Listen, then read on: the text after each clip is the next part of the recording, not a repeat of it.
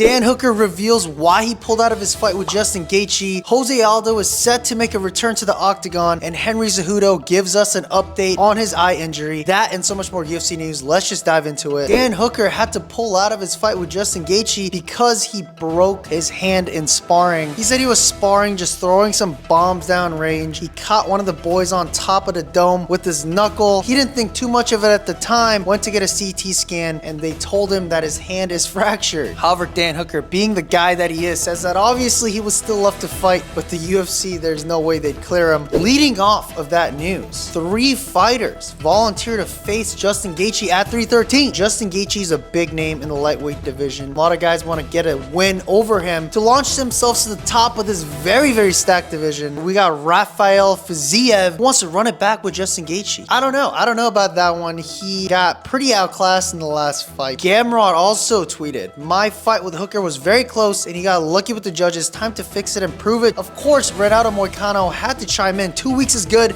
I have enough time for 2 to 3 sparring sessions. I'll be ready if they call. The dude just wants another bag. Financially motivated Moicano found the infinite money glitch in the UFC. Show Me the Money Pod tweeted a funny picture. I don't know if this is time for Moicano to step in again. I know his last fight against Islam Makhachev, there was no chance. Does he have a chance against Justin Gaethje on 2 weeks? I don't think so, man. That's gonna be 2 L's in a row. Moicano had so much momentum coming his way. I think he should set this one out. Bilal Muhammad tweeted, "Justin versus Felder would be fire." Paul Felder responded, "You trying to get me hurt?" Dana's gonna have a lot of names to choose from. Who do you guys want to see fight Justin Gaethje? Leave in the comments below. Jose Aldo's returning to the octagon for UFC 315. Jose Aldo will not stay retired. And to be fair, he should not, because he's still at the top of his game. Ever since moving to bantamweight, the dude cannot lose. His only loss is against Merab, which, you know, what do you expect? The dude is a champion. He's beaten every former champion. He's looking absolutely dominant. We don't count that loss against Mario Batista. We all know what happened there. Aldo won that fight. But anyways, Jose Aldo is set to fight Ayman Zahabi, who has a 12-2 record. The fight's going to take place May 8th in Montreal. The Canadians are getting a special treat with this one. Hopefully, Zahabi doesn't pull on Mario Batista. Guys, update on Henry Cejudo's eye injury. It's looking worse than we previously thought. Henry Cejudo suffered a diplopia, soft tissue damage, corneal abrasion, which almost actually made him go blind. He said things are still blurry in his eye and he's still seeing double. He did see an eye doctor and she said that if that finger would have hit him in the pupil and not on the side of his eye, he would be blind. Henry Cejudo says he has a dent in his eye. It's ruptured. It's damaged. It looks like Henry should be able to make a full recovery here, but man, what a series of bad events. Usman asked him on the Pound for Pound podcast, did he know that if he sat out that 3rd round, it would have been a no contest? Henry Cejudo said yes. I don't know if he knew he was down on the scorecards. Maybe he thought he was up. Obviously, it didn't go his way. Anthony Hernandez had a